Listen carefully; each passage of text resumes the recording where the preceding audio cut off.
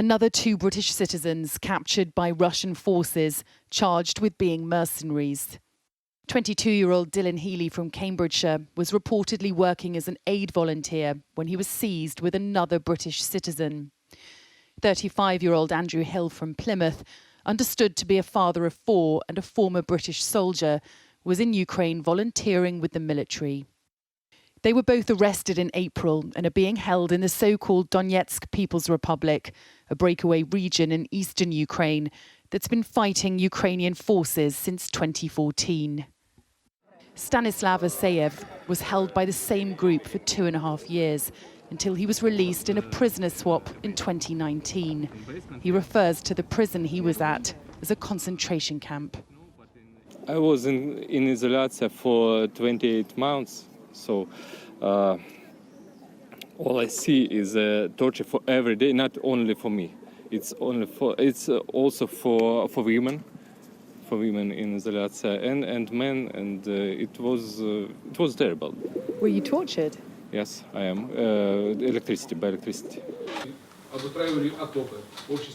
Mr. Healy and Mr. Hill are facing the same mercenary charges as Aidan Aslin and Sean Pinner, who were sentenced to the death penalty in June. Sky News met the 2 British men in the trenches before their arrests. They'd been living in Ukraine and maintained they were legitimately serving with the country's military. Stanislav Asayev warns the British government to take this threat of their death sentence seriously. They can execute them. Now, this is a real threat to show Great Britain that Russia has no boundaries in relation to your country. This is a real threat. It must be understood. The Foreign Office has said, we condemn the exploitation of prisoners of war and civilians for political purposes and have raised this issue with Russia. We are in constant contact with the government of Ukraine on their cases and are fully supportive of Ukraine in its efforts to get them released. It's understood up to 100 foreign nationals have been taken prisoner in this war so far. But one organisation working in aid in Ukraine says the arrests of British citizens are being far more widely publicised.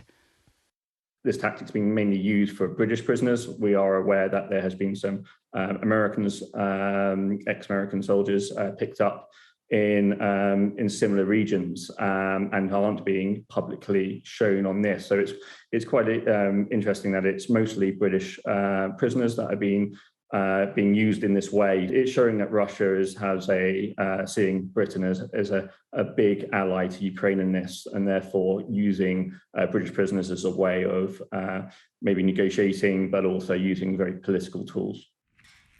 Earlier this week, Ukraine announced the largest exchange of prisoners of war since Russia invaded, securing the release of 144 of its soldiers.